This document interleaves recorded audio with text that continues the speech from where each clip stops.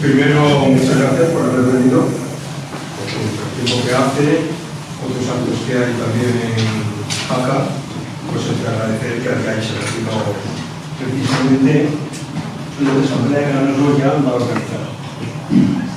Tenemos con nosotros a Javier San Román y a José Luis Piedrafita, que son los ponentes que nos van a hablar sobre glaciares.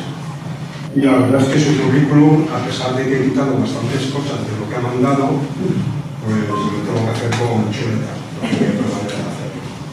Vamos a empezar con José Luis Piedrafita, que es el que va a comenzar la proyección, el primer interveniente.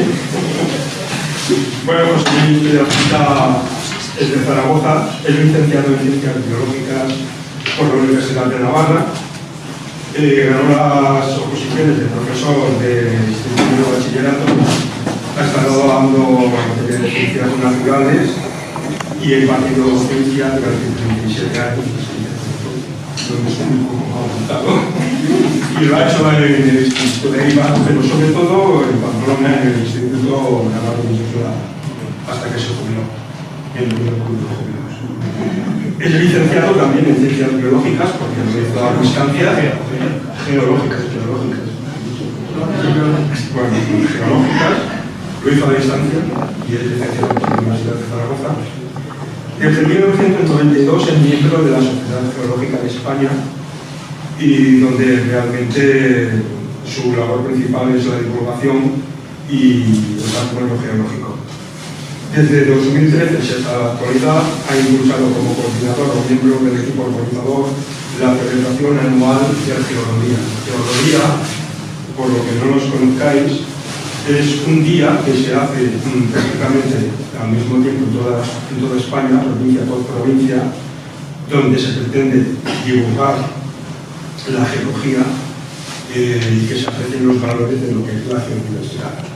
Que parece que la biodiversidad eso es algo que nos atrae mucho a todos, pero su soporte auténtico y que realmente también es igual de importante es la geodiversidad. Desde 2017 es miembro del Consejo Asesor del Observatorio Ibérico de Cambio Climático. Es miembro, lógicamente, del Club de Montaña, porque si no hace estas cosas, ¿no? Y se ha organizado, ha sido organizador de muchas travesías y ha actuado como guía de ellos.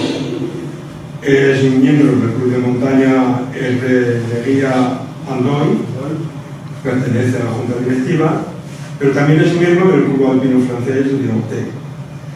Y es autor de varios artículos en revistas de montaña, geología y de glaciares específicamente. Y en segundo lugar va a intervenir Javier San Román, que también es de Zaragoza. ¿No? ¿Cómo que no? Yo soy de Pamplona, pero bueno. No me has engañado, ¿eh? Sí. Bueno, bien. Para simplificar. Bueno, para simplificar. Pues el Navarro. A pesar de que me ha dicho que era de Zaragoza, en el escrito. Es licenciado en Ciencias Geológicas por la Universidad de Zaragoza.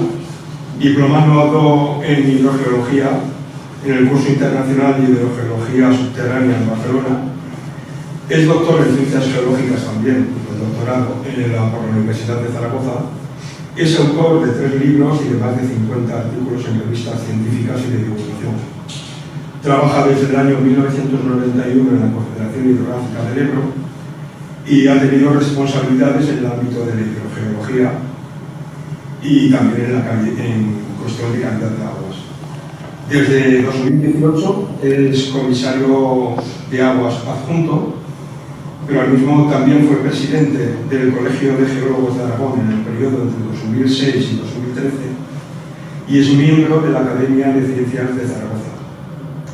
Los dos, evidentemente, yo creo que no es aquí propio, son apasionados de la montaña, de los glaciares, los ríos y de los Pirineos.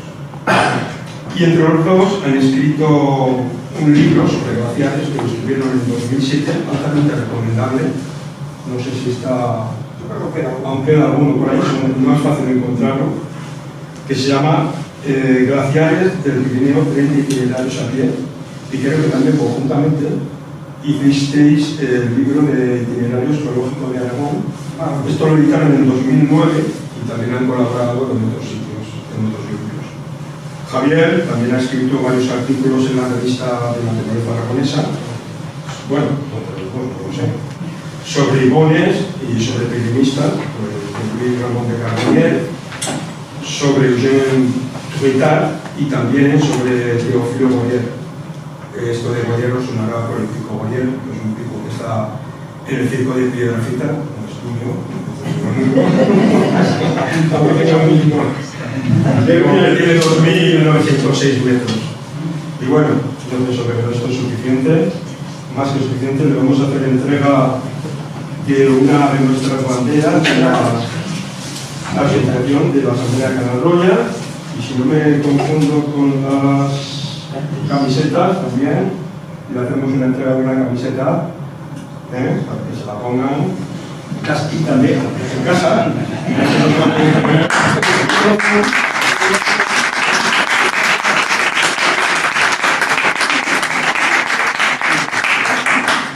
Y bueno, ya sin decir nada más, empezamos la proyección, apago la luz, si es que se apaga.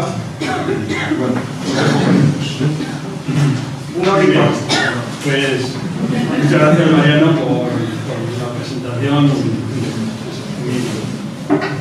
Casi no iba a decir exagerada, pero bueno, realmente para lo que venimos aquí, pues no somos mucho, porque llevamos lo de los glaciares, es una afición que nos ha unido casi indisolublemente, ¿no? Y la verdad es que disfrutamos mucho con ellos y es una cosa que ya lleva parte de lo que ha sido el trabajo. Muy bien, yo he estado dando clases toda la vida, en cocinas y cosas así. Entonces, bueno, claro es que muchas gracias por la presentación, gracias a Asamblea Canarroya por habernos venido aquí, por habernos invitado. Es un placer además pues, estar en Jaca, un poco el núcleo y centro donde hemos estado muchos años y nos ha servido para ir a recibir a los alrededores. Entonces, pues en esta biblioteca de aquí es un placer poder tener esta persona. ¿Se oye bien atrás de todo? Regularcillo. Un poco más. Sí, no hay problema. Bien, la presentación que vamos a poner tiene como tres bloques. Hay un primer bloque que es de memoria, pero memoria no quiere decir que vayamos a ver fotos de muy recientes y para comparar lo mal que van los glaciares, eso ya lo sabemos y se ven en todas partes, sino que más bien va a ser un poco memoria colectiva histórica, es decir, desde cuándo el ser humano es consciente de la existencia de glaciares y por qué y los bandazos que ha tenido. Haré un resumen un poco de ese estilo. A continuación pondré unas cuantas fotos de curiosidades glaciares y glaciares del mundo, así por tener una pincelada, y luego finalmente pues cederé el testigo a Javier para que presente los glaciares de Pirineos. Entonces, más o menos. Bien, pues como decía, ¿desde cuándo somos conscientes de la presencia de glaciares? Bueno, pues la verdad es que si uno hurga en los clásicos, no parece que no se ve como eran en general civilizaciones perimediterráneas, no les llamaba la atención, no tenían nada que hacer ahí. No hay mucho que saber. Solamente el episodio del cruce de Aníbal de los Alpes durante la Segunda Guerra Púnica, en el siglo III a.C., pues un historiador, Polibio, pues dejó escrita una frase en griego antiguo, claro, que luego traducida al inglés y tal, pues dice que caía nieve nueva sobre la nieve del año anterior, sobre la nieve previa al año anterior. Esto, en fin, pudiera ser un indicio de glaciar, porque claro, si cae nieve sobre nieve se acumula, ¿no? Es posible que no fuera del año anterior, sino simplemente previo. Bueno, pues podría nevar en octubre y podría nevar en noviembre, no lo sé. En fin, cosas así. El caso es que parece poco probable, ya que actualmente se sabe que debió coincidir con lo que se llamaba el periodo cálido romano. Entonces, hombre, a lo mejor no parecía muy raro. Bien, ante la ausencia de documentos textuales, pues hay que recurrir a otras cosas. Una, por ejemplo, es el arte, la pintura, ¿no? Nos encontramos, por ejemplo, con esta pintura curiosa de la pesca milagrosa, donde vemos a Jesús y sus discípulos pescando pues, en el lago Tiberíades. Me ocurre que el autor, Conrad Witt, pues habitaba en ese momento en Ginebra y se ve que no tuvo ningún empacho en utilizar el lago Lehmann como fuente de inspiración. De hecho, si ampliamos la parte alta del cuadro, vemos eso, que se parece mucho ahora con 400, 500 y pico años después, pues podemos utilizar Google para ver que este es el puerto de Ginebra, vemos el paisaje de fondo y si lo agrandamos un poco, pues está el Mont Blanc, y efectivamente arriba aparece el Mont Blanc, con negra, pues, con su correspondiente licencia pictórica de cierta exageración y tal, pero bueno, es curioso, porque nieve había, pero desde luego no parece que le dieran mucha importancia. Algo parecido ocurría, por ejemplo, con este célebre autorretrato de Durero, de finales del siglo XV, anterior a las mitades, en el cual, si nos fijamos en lo que está pintado en la ventana, pues ampliándolo, resulta que se ven ahí unos manchones blancos que no parece nieve del año, con una típica línea más o menos de altitud, sino que son unos manchones que se extienden hacia abajo y que en algún momento se han considerado como, que bueno, que sí, que había glaciares. La verdad es que no lo sé y además yo no sé si alguien sabe de dónde es el paisaje, puede que sí, pero yo no sé de dónde es el paisaje ni qué puede ser. No es, hay muchos otros cuadros de esa época que tienen nieve en montañas. Nieve en montañas, pues sí, pero no es lo mismo.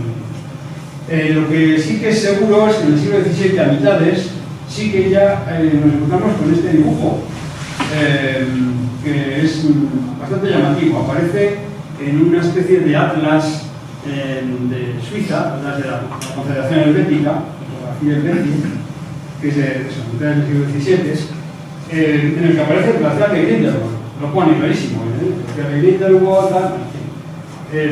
¿Por qué esto? Bueno, pues es curioso, pero podemos ver que en el mismo dibujo hay dos personas que están señalando hacia allá, incluso parece un viajero a caballo que también anda señalando en la misma dirección, mirando hacia este fondo, ¿no? Este fondo de aquí, que se ve que es un glaciar atormentado, o sea, que es la lengua en avance y agrietamiento. Cuando un glaciar se para y desaparece, se bisela, tiende a perder hielo por arriba, entonces poco a poco se va quedando pues, una cuña, ¿no? Un bisel. Aquí no, aquí es potente y está entrando en el valle y que se ve el río. Bueno, posiblemente el hecho de que aparezca representado en este atlas, que tampoco es que tenga un montón de dibujos, pero este es un dibujo, ¿no? Posiblemente era debido a que en ese momento se está produciendo el que tal vez ha sido el pico de avance dentro de la pequeña de hielo más importante. O sea, los glaciares estaban invadiendo los valles, entonces les preocupaba. Bien. De allí que los glaciares pues, empiezan a ser vistos pues, como una amenaza, ¿no? El glaciar, en comparación con el del Fiester, que tenemos a la izquierda, ¿no? En esa especie de morfología curva, como un gran dragón que llega y devora los valles, ¿no? Es muy curiosa la imagen. Además, la boca es equivalente a esas bocas que tienen ahora los glaciares por los cuales sale el agua de los torrentes subglaciares y que va a parar, ¿no? Bueno, pues no es de extrañar que entonces las montañas se consideraran malditas y bastante tenían con huir, como quien dice, de ese dragón avanzante como para subirse al lomo o a la cola y averiguar a ver qué es lo que había allá. No, eran montañas malditas. Todo cambió con este señor, Horacio Benedicto Horace de Saussure, ginebino, nacido a mitad del siglo XVIII, en 1940, desde su Ginebra natal, pues claro, veía el día despejado, como hemos visto antes en la imagen del puerto de Ginebra, veía el Mont Blanc al fondo, le ponía atención, como era de buena familia y era ilustrado, fue un ilustrado polivalente, le daba todo, la biología, la geología, la física, los fósiles, todo un poco. Bueno, pues el caso es que en su periodo de formación, con 20 años, pues le encargaron hacer una arborización entre Ginebra y Chamonix. Entonces fue a Chamonix y a los 20 años pues sube al Provence, esta montaña de aquí, que tiene este paisaje actualmente. Cuando él subió, pues los glaciares evidentemente ocuparían todo esto que vemos aquí, estas zonas, estaría mucho más abajo. Ahora, bueno, ¿cómo están? Y el caso es que, por un lado, le sedujo, le enamoró verlo, pero por otro lado, pues como buen ilustrador le apeteció un montón subir a él, de manera que ofrecía una gran recompensa a quien encontrara una ruta para subir a Mont Blanc. Digo que eran montañas malditas. De hecho, cuando él llegó, no se llamaba Mont Blanc todavía, en los mapas aparecía como Monte Maldito, Mont Maudit, que es el topónico que se ha conservado ahora para uno de los picos. Entonces, bueno, el caso es que un guía, un lugareño de Chamonix y un médico también de Chamonix, pues encontraron la ruta en 1786 y al año siguiente, en 1787, pues consiguió subir Saussure, a la izquierda, hasta la estatua que está en Chamonix, pues consiguió subir con un séquito, vemos allí que van asegurados en lugar con cuerdas, con palos, ¿no? Los guías llevan unas varas largas y los clientes, bueno, varas largas y mochilas, mientras que los clientes pues, van en medio para no caerse, se agarran los palos. Se ve que así subieron, se corresponde al año siguiente, que subió con su hijo, en lugar de subir hasta el Mont Blanc, subió al Collado Gigante, para hacer también mediciones. Hizo mediciones por el color del cielo, de la temperatura, de la temperatura, de la temperatura de ebullición del agua en altura, de la presión, en fin, hizo muchas de estas experiencias y son pues, interesantes. Bien, justo por esas fechas, cuando él, en 1767, 2 años antes de la Revolución Francesa, Saussure llega al Mont Blanc, pues en ese mismo año, este otro señor, Luis Ramón de Carbonniers, también lejano, de Estrasburgo, nació en Estrasburgo, pues aparece por los Pirineos un poco por casualidad y en ese año pues llega a París y sube al Midi de Ligorre y debía tener una vista pues parecida a esta que la tenemos actualmente en el Midi de Ligorre, solo que con más viento.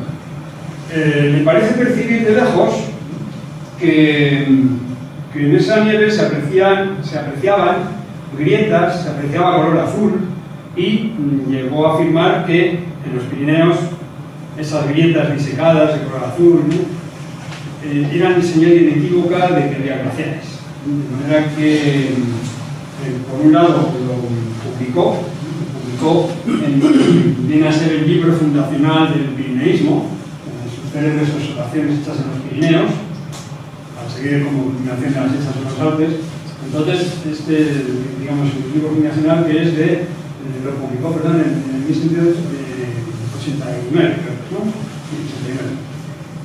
89. Bueno, eran tiempos ya pues, de revolución, hubo incidencias, pero él, bueno, en ese año ya se acercó a la fecha de Mont Blanc, llegó a su glaciar, creo que era glaciar de verdad, y posteriormente, pues, le sorprendió muchísimo a Monte Perdido, y se empeñó, igual que quería Saussure subir al Mont Blanc, al Monte Perdido, fundamentalmente por razón geológica, ya que le llamaba la atención el que fuera un monte calizo, el que tuviera las rocas de los alrededores tuvieran fósiles, y le sorprendía que un monte que le parecía que era calizo hasta arriba, que tuviera fósiles, quería subir ahí.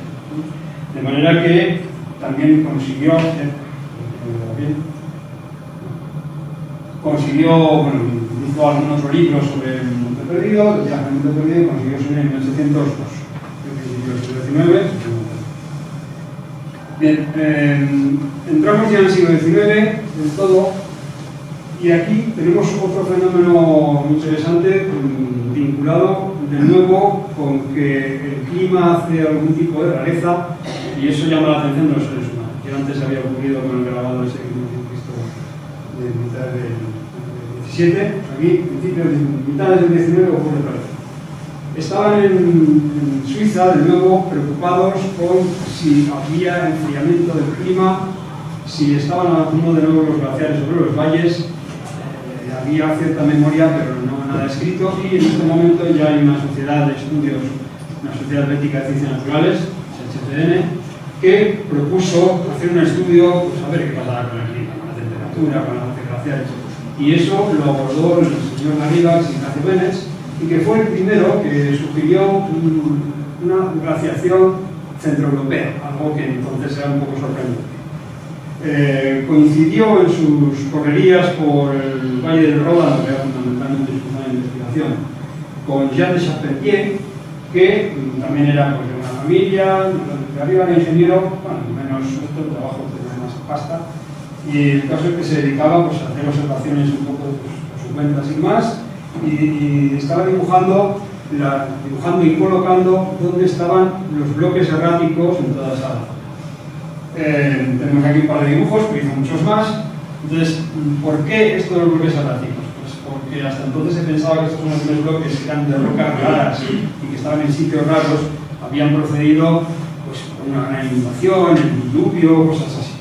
De hecho, aquí tenemos a Javier, una foto que hicimos, esta está hecha en la entrada del Valle de Ín, justo antes de llegar a la presa.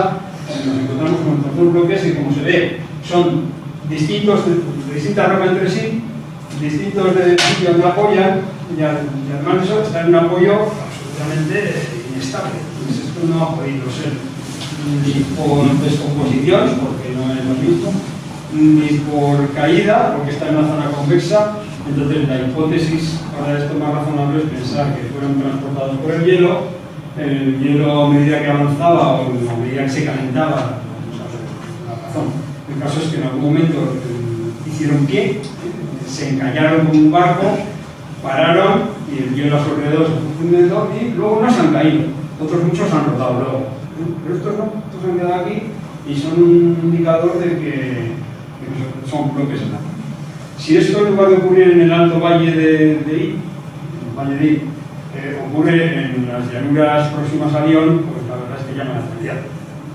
O en el parque de Nueva York, ¿no? También hay bloques del restaurante. Entonces, esos bloques erráticos indicaron que posiblemente los glaciares se extendieron muchísimo por Europa en otros tiempos. Quien realmente dio más a conocer fue el pregonero de estas teorías y por tanto es más conocido como nombre, es Agassiz. Tiene montones de picos, de ciudades, sobre todo porque el marchó luego a Estados Unidos y en Estados Unidos se hizo de los jefes. Entonces, el caso es que fue el primero que montó el laboratorio, digamos, permanente en verano, pero no, laboratorio permanente en un glaciar, en la morena de un glaciar, en el glaciar de Interal, Bajo Ar, cerca del paso de Vincel. Entonces, montó una cabaña que se llama el Hotel de San Miguel, de la Nación de Chapel. Entonces, bueno, pues este es el que hizo un discurso cuando entró a las autoridades internacionales con el presidente, un discurso rompedor, precisamente afirmando esto. Bueno, si llegamos ya a avanzadillo del siglo XIX, ya a mitad del siglo XIX adelante, aparece aquí un elemento nuevo, que es la fotografía. Entonces, la fotografía, a partir de mitad del XIX, es un reflejo relativamente fácil, aunque entonces les costaba mucho más hacer fotos que ahora nosotros, porque había que dar placas, había que dar peso, cámaras muy grandes, trípodes, tiempos de exposición muy largos, pero aún así, hombre, no es seguramente más rápido que dibujar y el caso es que este señor, en el hospital, nacido a mitades del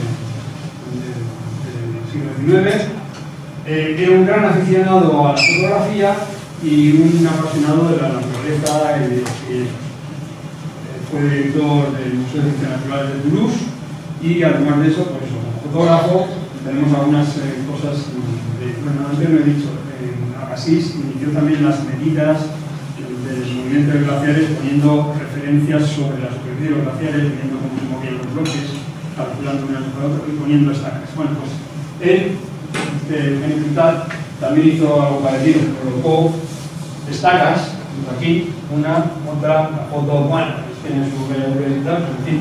Esas estacas de qué estaban hechas, porque se pensaba que eran troncos de abeto, no demasiado abeto, de unos cuantos metros de largo para poder clavarlos en el hielo, pero había que hacer un agujero.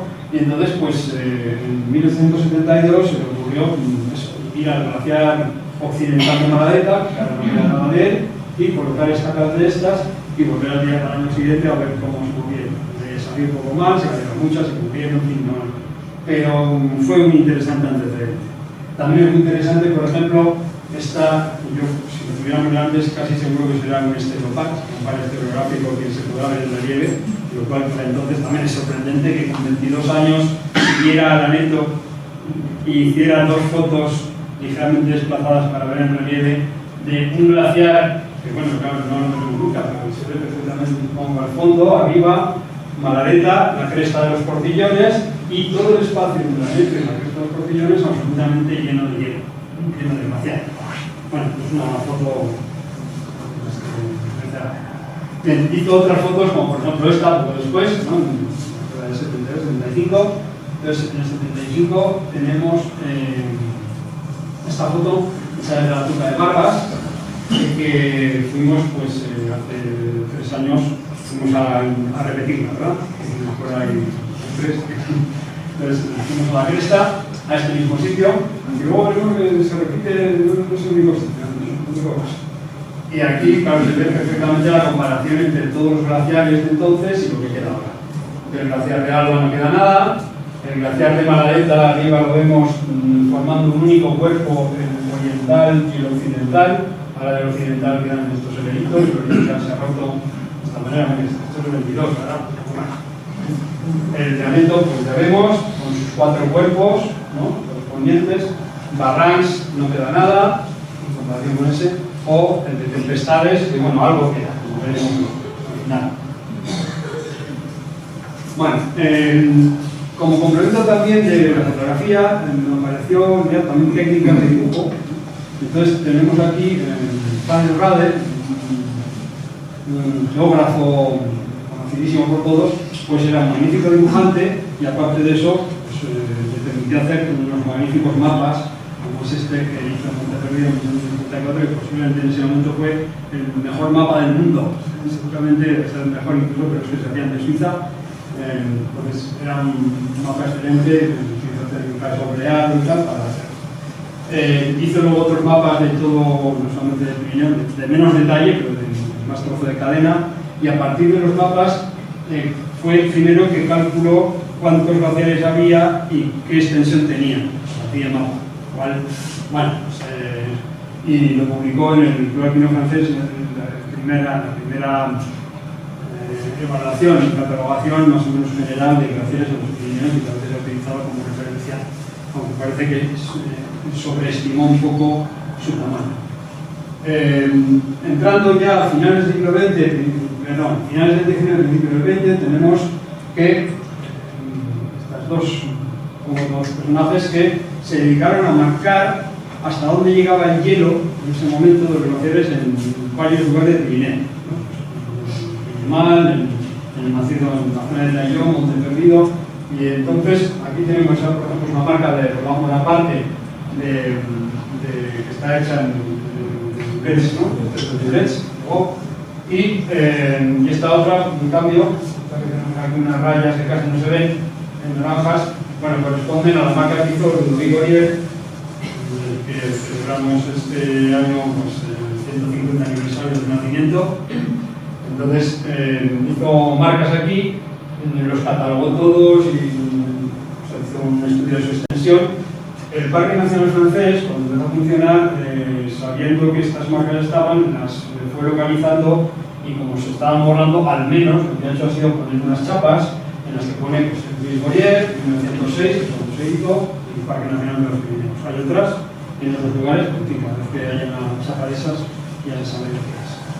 Bueno, y ya dentro del siglo XX hay un montón de factores, por los polos, la conquista de los chomines, viajar mucho más fácilmente, las técnicas de progresión, de alpinismo y de Himalaya mejoran muchísimo, la tecnología, ni que decir, ¿no? Pues satélites, drones, internet, y luego la preocupación, esa preocupación que se ha repetido ya varias veces a lo largo de la historia, la preocupación por el clima, pues hace que los esfuerzos de colaboración científica y conocimiento hayan crecido mucho en los últimos años, en el principio del siglo XXI realmente, hasta finales del XX. Cuando pusimos el libro, hombre, había estudios científicos, pero bien, luego la divulgación ha sido muy importante también.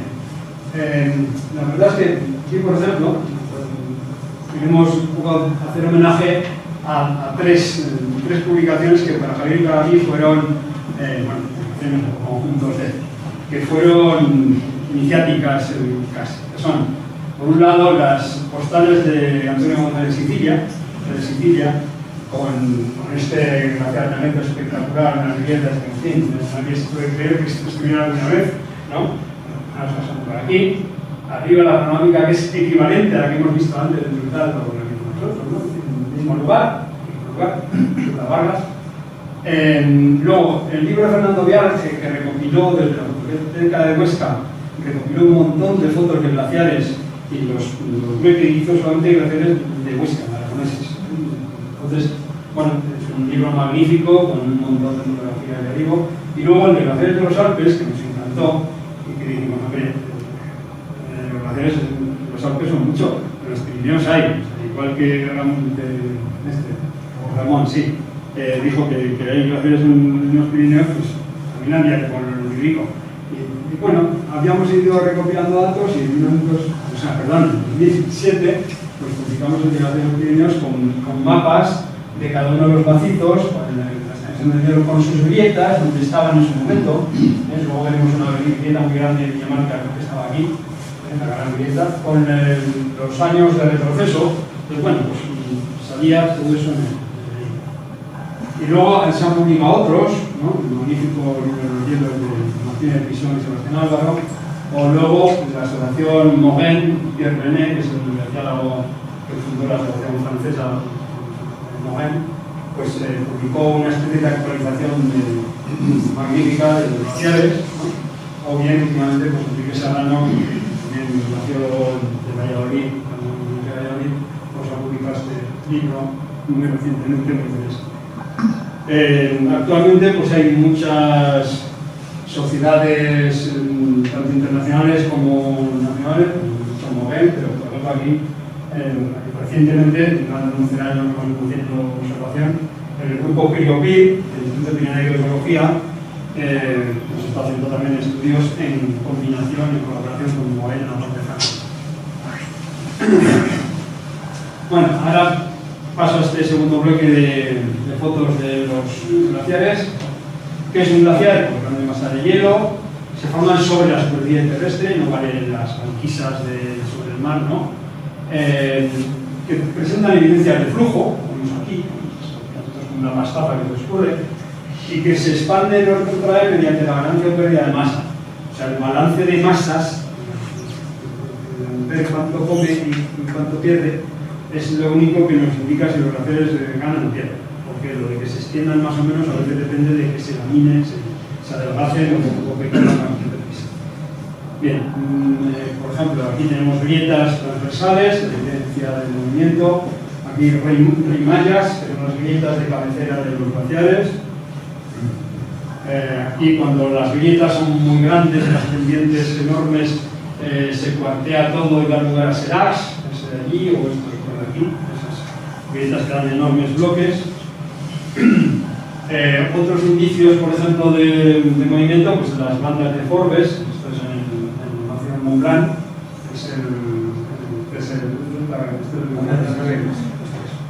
entonces vemos esos arcos que son anuales, se van formando en verano e invierno, debido precisamente que en zonas de agrietamiento que cuando hay mucha fusión acumulan mucha más tierra y piedras y cuando hay poca pues acumulan. También son indicadores de dinámica, o sea, no tanto el movimiento, pues de dinámica, de ganancia o pérdida, pues por ejemplo los lagos superglaciares, como un glaciar está perdiendo mucha masa, con frecuencia se le forman cavidades profundas, superficiales, laterales, las mesas glaciares son piedras que caen sobre la nieve inicialmente, luego van siendo arrastradas, se transforman en hielo, con el sol funde el hielo alrededor y el hielo debajo queda preservado por la sombra de la roca, formando una especie de seta que se llaman mesas glaciares. Otro indicador interesante es la línea de equilibrio, en particular la altura de la línea de equilibrio. En inglés tiene una altitud, ¿no?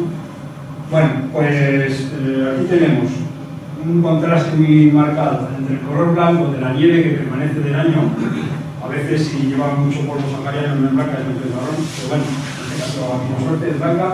Y la zona que no tiene nieve del año, que la perdió toda, y entonces tenemos este color como más grisáceo o azulado del hielo y las grietas. Si esta línea la vemos justo antes de la siguiente nevada, justo antes de que empiece a taparse de nuevo el glaciar con el nivel de la siguiente temporada, esta línea nos indica qué trozo de glaciar ha sido alimentado, qué trozo de glaciar ha tenido ganancia. Lo cual no quiere decir que el glaciar es un conjunto gane, porque no habría que valorar cuánto ha perdido el hielo, claro. Se estima que más o menos tendría que haber como un 60% de la superficie del glaciar para que se mantenga en equilibrio. Este ya se ve que no. Y veremos otros que mucho menos. Pues en este caso, el glaciar de Galindo, pues tenemos un ese línea. La altura de la línea de equilibrio, la ELA, lógicamente depende de la temperatura ambiental. Eso depende de la altura, fundamentalmente, pues, claro, en las zonas ecuatoriales hay que llegar hasta 5.000 metros, más de 5.000 metros, para que haya compensación, para que haya equilibrio. En cambio, en las regiones polares, pues está a nivel del mar, prácticamente. Bueno, ahora, una revisión de glaciares, de tipo de glaciares del mundo, muy rápido. Primero, descartar, no se consideran glaciares, tienen tratamiento aparte, lo que para un extraterrestre sería el hielo de la Tierra. Es decir, las dos grandes masas de hielo, que son Antártida y Groenlandia, tienen tratamiento aparte, es lo que se llaman los inlansis, son enormes masas, son como enormes montones de nata puestas encima de un flan, que si uno sigue echando y echando, pues claro, se desborda. Entonces, su dinámica depende exclusivamente de que en el centro son más altos que en los laterales, esos casquetes, ¿no? Entonces, como consecuencia, fluyen radialmente. En el centro de los inlansis, pues los relieves suelen estar tapados totalmente, porque con 3.000 o 4.000 metros de hielo, pues, es difícil que una montaña sobresalga. Pero en la periferia, a medida que se adelgazan, sí que suelen salir montañas, que es lo que se llaman los numatax. Aquí tenemos pues, una zona que aparece en numatax en medio de estas enormes montañas.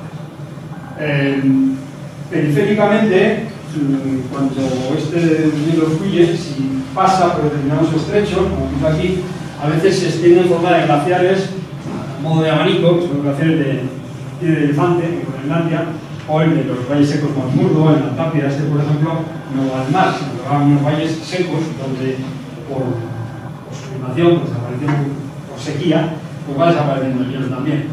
Otro muy conocido es el glaciar Malaspina en Alaska, este también es de Alaska, un campo de hielo. Otra situación viene a ser un poco parecido a la anterior, son los campos de hielo. Diferencia, en el caso de los campos de hielo, el relieve domina sobre el hielo. El hielo se adapta más al relieve. Entonces tenemos grandes superficies relativamente llanas, muy poca pendiente, pero alojadas en medio de una encrucijada de relieves que son las que le dan comida. Por el medio, en su movimiento radial de escape, pues escapan por donde pueden. Entonces los glaciares que escapan son los que llaman glaciares efluentes, de salida. Este es bastante bien, porque además arrastra mucha morrena en esa zona de roca. Aquí otro, este otro también sería.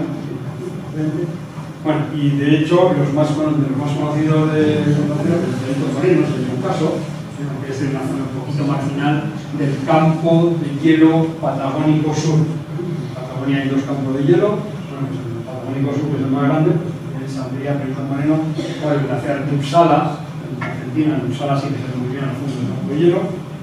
En el caso de Chile, pues, también de este mismo campo de hielo sur, sale este glaciar, que es el glaciar Grey, campo de hielo que da aquí a la derecha, más lejos, no se ve en la imagen, pero en fin, esta es el final de la lengua, de una de las lenguas, que se bifurcan dos. Ejemplos de Nunatax también existen, por ejemplo, de Nueva Zelanda, que está tomada en el avión, se ve, ¿no? Entonces, pues vemos como en medio de esta zona de campo de hielo fluyente, en un montón de grietas, pues aparecen los Nunatax estos aislados en este caso. Otro tipo de glaciares son los glaciares de casquete. En este caso tenemos un relieve todo él cubierto de hielo, entonces el hielo sí que es el que determina el movimiento radial, pero porque también el relieve es un relieve muy compuesto, entonces bueno, ambos se harían, como quien dice, para que la dinámica sea de ese estilo.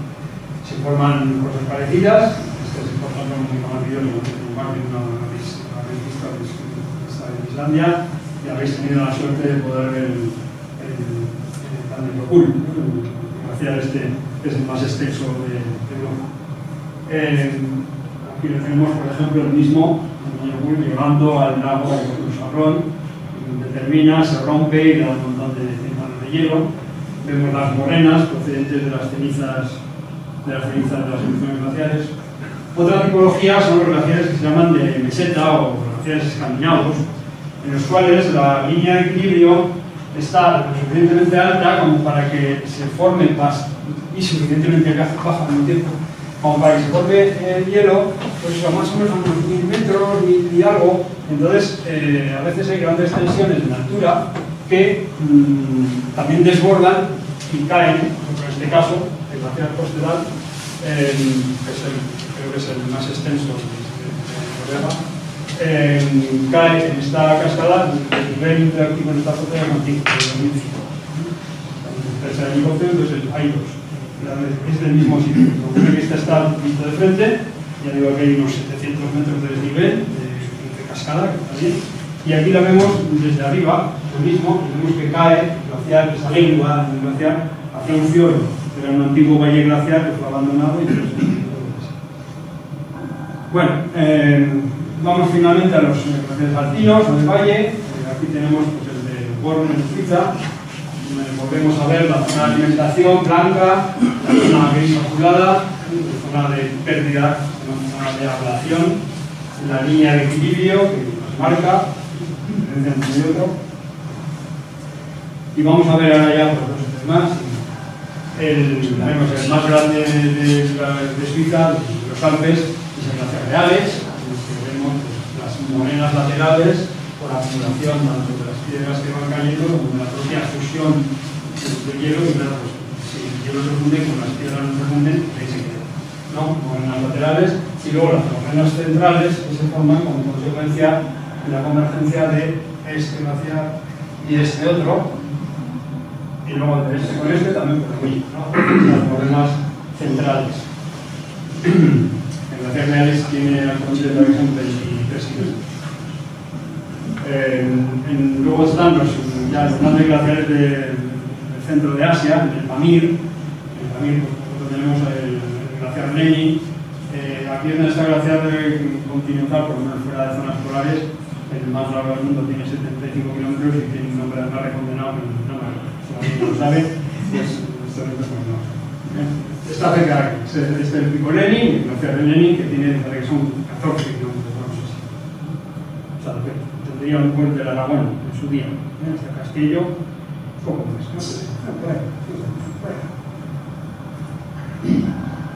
Bueno, también conocidísimo, claro, el Everest, ¿no? El glaciar de Khumbu, ¿no? Con su... Yo desde aquí veo los punticos naranjas de campamento base. Desde aquí, primero hasta aquí.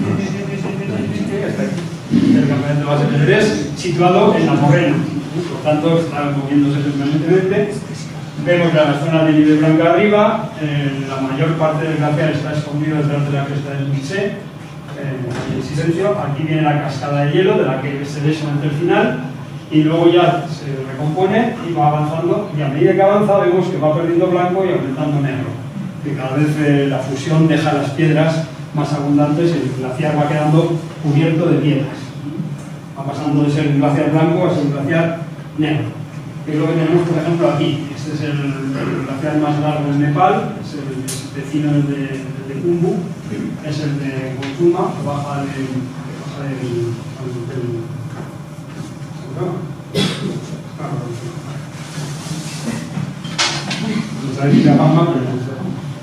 bueno, el caso es que veis, aquí queda la cabecera del glaciar, viene de atrás, llega hasta aquí, aquí ya desaparece prácticamente el blanco y todo esto es hielo con la superficie cubierta de piedras. No parece glaciar, pero lo es. Aquí vemos los agujeros, esos lagos supraglaciares por deterioro del glaciar, y si lo vemos aguas abajo, o hielo abajo en este caso, pues vemos cómo avanza la lengua hasta su final aquí.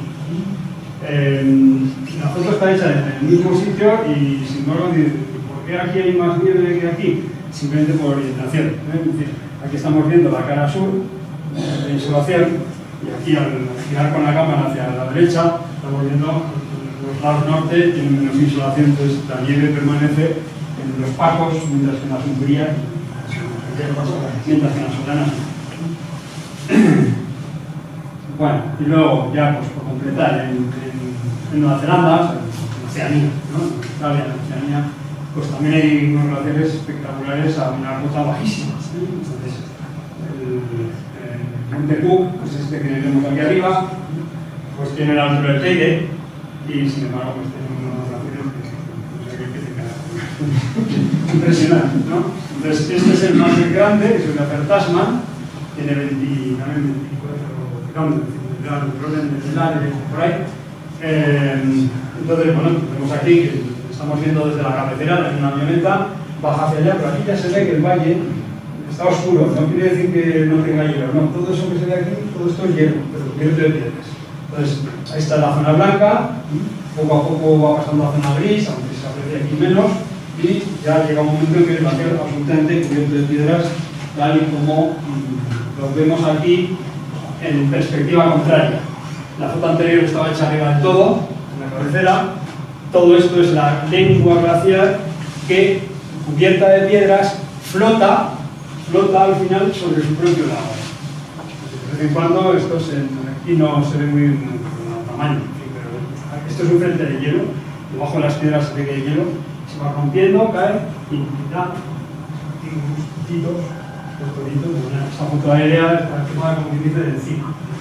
Este lago, a finales del siglo pasado, en el año 1992, es cuando empezó a aparecer. Actualmente creo que tiene unos 7-8 kilómetros de largo. Pues ha ido formando. Y creo que ya sabías que era la última, ¿no? Sí. Venga, pasamos a los Pirineos. Y bueno, Javier. ¿Queréis más? Lo que viene ahora es otra cosa, Pero son nuestros queridos Pirineos. Y cuántas cordilleras por el mundo querrían tener lo que nos queda a nosotros, o lo que hemos tenido. Yo creo que una cordillera tenga glaciares le da como un estatus un poco diferente. Bueno, en esta gráfica de Izaguirre y otros, lo que han representado es de oeste a este, los glaciares están representados con este círculo, la extensión y digamos hacia dónde apuntan, hacia dónde tienen la orientación. Y bueno, nos llama la atención que hay dos glaciares que están a cota muy baja, están sobre los 2.500 metros. Este es el de las Uletes de Bob, que está en la cara norte del Viñemal, y por eso, porque está en una cara norte y no le da prácticamente nada del sol, está a cota muy baja. Y luego otro que permanece, que es muy pequeñín, que es el de Arcusán, este de aquí, en el Mont Vallier, que también está bajo de una pared. Bueno, lo normal es que estén sobre los 3.000 metros, eso es lo normal, y los vamos a ir viendo. Vamos a hacer un repaso, a ver si en media horita termino.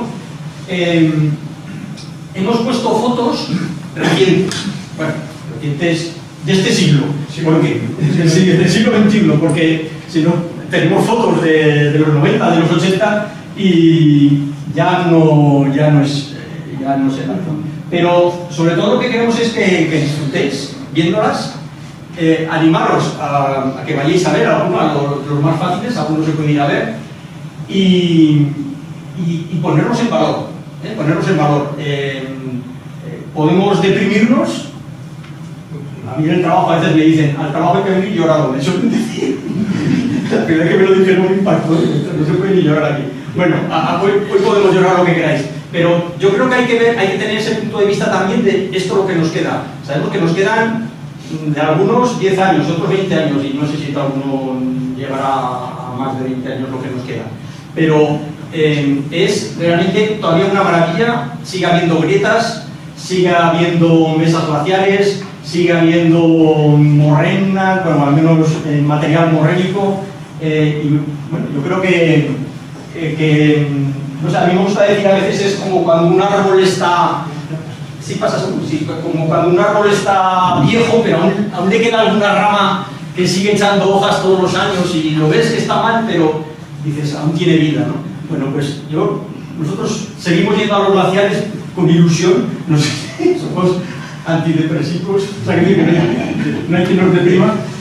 ¿Qué le pasa? Sí, están puestos arriba la estación numerados y luego son 9 macizos y con 15 glaciares, pero ayer me enteré que ya el invierno ya no se va a hacer. O sea, ya es bueno, cuando ya no tienen grietas pasan a llamarse entonces hemos procurado también no poner fotos aéreas porque las fotos aéreas pues al fin y al cabo poco se puede ver, pero aún así lo hemos puesto. Por ejemplo, empezamos con el Paraitus, con el glaciar de las Neus en la cara norte, pues esto es lo que tenemos aquí.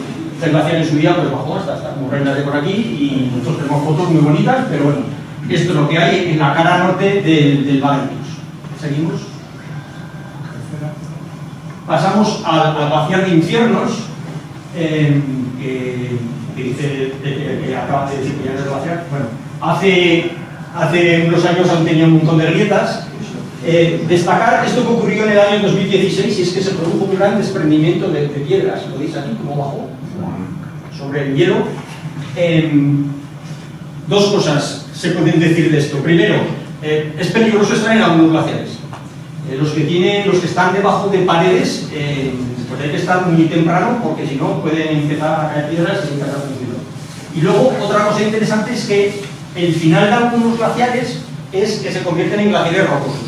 O sea, todo este aporte de piedras, en cierto modo, tapa el hielo y hace que permanezca el hielo más tiempo, pero al final se va mezclando y podemos acabar teniendo un glaciar rocoso como veremos ahora en un momento. Y esto es otra vista de este desprendimiento importante que se produjo en el 2016. Sigue produciendo, este año ha vuelto a haber caído. Este año ha vuelto a haber. Hay que tener en cuenta que antes el hielo sujetaba las paredes. En el momento en que desaparece el hielo, las paredes tienden a desprender. Bueno, esto era hace 20 años cuando todavía había grietas. Aquí entonces sí que era glaciar. Y esto es lo que puede acabar convirtiéndose. Este es el glaciar rocoso de Arguadas, que está al norte de Arguadas y del Lago Negro. Y es pues un amasijo de piedras que se ve perfectamente que tiene flujo, que tiene movimiento. Y allí se han hecho los sondeos y hay hielo debajo, hay hielo debajo. Y es un hielo pues, que permanece y tiene este movimiento. Mirad, por ejemplo, en el anterior, el pedrusco tan grande que hay aquí. Digamos, si hubiera... es un bloque rarito, ¿no? Si hubiera caído todo ese montón de pedruscos, pues sería como los que hemos visto. Seguimos. Pasamos a... Yo me voy a ir así un poco rápido, luego si queréis podemos ordenar mucho. La vista del glaciar Dosul desde el este, desde el lado de Gentianes, es una de las vistas más bonitas que hay del Pirineo. Ese glaciar, pues, esto es del 2002. Vamos a ver la siguiente. Esta es también, esto ya es en el 2020, una vista lateral. Es el glaciar más largo que hemos tenido y que tenemos. Desde la zona del Viñemal, el Cervillona, pues como se extiende, ciertamente la lengua ha desaparecido, pero aún sigue teniendo bastante longitud. Además este no es peligroso, en este se puede caminar tranquilamente, no te puede caer una piedra. Y tiene un fenómeno muy curioso, aparte de alguna grietecilla que todavía queda, bueno, si estás ahí un día vas viendo pasar a las cordadas y la verdad es que es un espectáculo. Estos son los Pirineos. Es más grande el glaciar. Es más grande el glaciar. Cuando llegas a los glaciares dices, solo tiene 20 hectáreas. Y, hombre, 20 hectáreas son 20 campos de fútbol. Bueno, tiene algo que muy típico de los glaciares que están fundiéndose, es que se forman ríos sobre la superficie del hielo, que se llaman béliers, en la palabra en francés, y la verdad es que son, sobre todo por la tarde, cuando tienen más caudal, son muy bonitos, se van formando como cañoncitos sobre el hielo, y en el caso del glaciar Dosul, muchas veces llegan a unas simas, yo creo que es la siguiente, Sí. llegan y se desaparecen en unas simas que se llaman molinos glaciares, que estos de la asociación Moraine bajaron un día y tienen pues, un poco más de 30 metros. O sea, al final del rappel llegaron al sustrato rocoso. O sea, digamos que se puede medir el espesor del hielo directamente, 30, 32 o algo así, es lo que tiene. Y hay varios, por ejemplo, esto es una sí, ¿no? El luego termina y ahí desaparece más. Otra cosa que yo creo que es la siguiente foto. Bueno, esto es para que veáis hace 24 años las cachobritas que había. Este glaciar era muy característico por estas grietas que iban de lado a lado. Y hace más de un siglo lo hacían realmente difícil de cruzar la gran grieta que había. Todos los pirineístas realmente iban buscando. Por eso la primera vez que se subió al Viñemán no se subió por aquí, sino por el lado del Valle de Lara, por el lugar del correo de la Moscova. Bueno, pensaba que era una foto de las rocas aborregadas, pero ya veo que la he cogido de hemos intentado reducir un poco las fotos. Algo muy característico también del glaciar Dosu es que ha dejado, el proceso glaciar ha dejado unas rocas aborregadas, unas rocas pulidas, así como lomos de ballena espectaculares en mármol. O sea, porque es una roca marmórea y es muy espectacular de ver. Bueno, este es la cara norte del Viñemán, a la que puede ir más o menos todo el mundo. Es una excursión y bueno, yo no me olvidaré nunca el año 83 o algo así, la primera vez que llegué aquí, todo niebla y el amanecer que hubo en este sitio. Bueno, aquí lo que tenemos es el Viñemán, el famoso aquel Couloir de Gaume, que ya no puede ser Couloir, y aquí tenemos el glaciar de la Soultz, que ya se ha quedado pues, bastante pequeño, y aquí el glaciar del Petit Viñemán, que era muy famoso por los seracs que tenía. Sí, más adelante. Vale, esta es la vista, esto es del año pasado. El año pasado, desde ahí abajo, donde estaban las tiendas, pues normalmente todo el mundo desaparece en cuanto está amaneciendo, pero merece la pena quedarse allí cuando todos se van a ver cómo le va dando el sol a las grietas. Aquí se ve el espesor del año, ¿no? O sea, más o menos este es el espesor que ha acumulado este año 24, esta foto es del 24, pues, bueno, como hay mucha pared, también caen aludes y eso hace que aquí haya una acumulación de nieve y pues tiene un poquitín de flujo, pero ya veis que aquí ya aparece la roca. Esto de aquí es el contacto del glaciar. Esto antes bajaba mucho. Sí, pasa. Otra de las cosas características de este glaciar de la Soultz es que algún curso de agua, por ejemplo este es el curso de agua que baja del Petit Viñemán, al llegar al hielo, esto era en el 2005, pero luego también ha habido en otros años, el agua va horadando el hielo y se crean unas cuevas que tienen entrada y salida. Y cuando ves en un glaciar estas cosas es que están en las últimas, por así decirlo. Quiere decir que es que el hielo ya se va yendo y eso al final hay un momento en que se hunde y colapsa. Esta es la salida del tubo este que tenía, yo qué sé, 200 metros o algo así, tenía 150 metros o algo así, no tenía más. Pero esto a veces hay gente que, pues eso, estas cosas se ven en otros sitios, pero aquí en los Pirineos también se ha podido ver en estos últimos años. Esta es una imagen de esos seracs que os decía del glaciar del Petit Viñemán. Esto ahora ya existe. Bueno, y nos pasamos ya al macizo de Gavarnie, Monteperdido, etc., ¿no? Y empezamos con el primer glaciar, que es, este es el Tallón, y este es el glaciar del Gaviento. El Gaviento es ese, exactamente. Y por atrás se ve aquello es el suelo. Bueno, pues la cara norte, este glaciar dibujado por Rader, por ejemplo, era un atractivo turístico que tenía Gavarnie hace un siglo o más, porque este glaciar desbordaba por aquí, aquí había unos seracs en su momento también muy bonitos. Seguimos. Esta es la vista desde arriba, más hacia el Tallón. Mismo glaciar, pero sí, desde encima. Visto desde encima, exactamente desde la zona del Tallón. Ahora, eso va en otra. Es que está en la cosa. En la otra se ve mejor. Exactamente. Este glaciar pues está volviéndose ya cada vez más cóncavo ha aparecido aquí un pequeño laguito, muy pequeñín.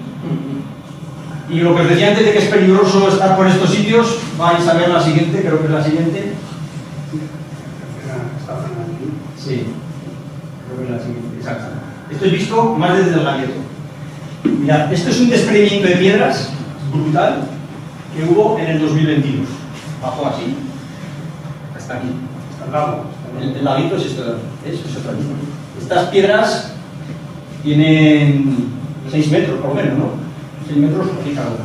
O sea, se produjo un desprendimiento impresionante, impresionante. Y lo que os decía, es un poco como el glaciar de invierno. Algunos de los glaciares pueden acabar quedando tapados por piedras. Y, por lo tanto, pues bueno, digamos, el hielo aguantará más años. Pero bueno, el camino hacia la brecha de Rolando es el que va por aquí, por aquí el camino. Por aquí, hacia la Serra sin la brecha, desde el puerto de Rolando. Bien, el siguiente glaciar, conforme vamos hacia el este, es el del Payón.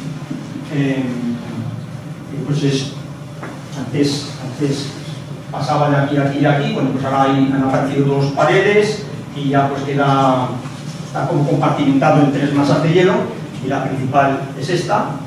Este es uno de los que se puede visitar muy fácilmente también, igual que el de las Supletes de Rock, porque puedes ir en coche hasta la estación de esquí de Gavarní, y luego hasta aquí se puede llegar en, vamos a poner, hora y media o algo así. Hay una senda buenísima del Parque Nacional y puedes llegar por aquí a tocar el hielo, a la salida del torrente. Es una excursión agradable, yo creo que casi para todos los públicos. Seguimos. Esta es una foto con el zoom y esto de aquí son personas. No sé si lo veis. 1, 2, 3, 4, 5, 6, 7, 8, 9. Eran los de la asociación Muren, que ese día estaban precisamente allí y habían ido con los crampones y habían entrado y habían ido hasta las grietas, hasta la rimalla. En esa rimalla hay gente que hace escalada en hielo, que es una cosa muy curiosa. Así, una foto muy espectacular que dices esto donde es la rimalla de este. Aquí también veis bueno, y con el anterior que se veía mejor, un bedier, un cauce de esos sobre el hielo.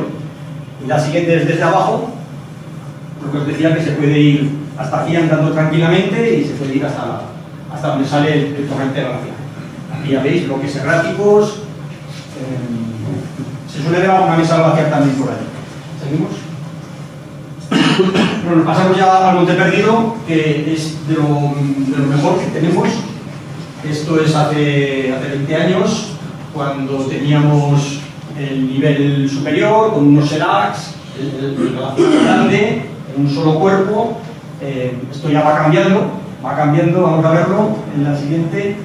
Bueno, esta foto, que es del 2004, es también de los seracs del glaciar del superior. Era un espectáculo muy bonito. El glaciar empezó básicamente un poco a perder hielo por la zona central, empezó a aparecer rocas. Esto es en el 2006, es una foto aérea. Y esta, por ejemplo, es del 2021, ya desde la zona de Lastazu, pues se ve ya que cada vez hay unas rocas por el medio, pero se ve el glaciar todavía con muchas grietas. Lo de arriba abajo, pues sí que ha perdido un poco, ya ha desaparecido los seracs, pero sigue siendo el glaciar, digamos, yo diría casi que en este momento se sube hasta el limón de Tuparro y al limón de Marronín, y con unos prismáticos o con un teleobjetivo se pueden ver todavía conjuntos de grietas, que es lo que vamos a ver ahora. Bueno, esta es otra imagen desde el cilindro, también es un lugar bonito para ver el glaciar, en 2016. Y luego también yo recomiendo, ya que estamos en esta, mucha gente sube al Monte Perdido por aquí, y al llegar aquí van a la cumbre, pero si os asomáis aquí vais a ver el glaciar también. Mucha gente no lo ve, llegan a hacer la cumbre y no se asoman a ver el glaciar, que es esta vista. Esta vista hay que asomarse con cuidado siempre, pero quiero decir que te puedes asomar y ves el glaciar desde arriba, el glaciar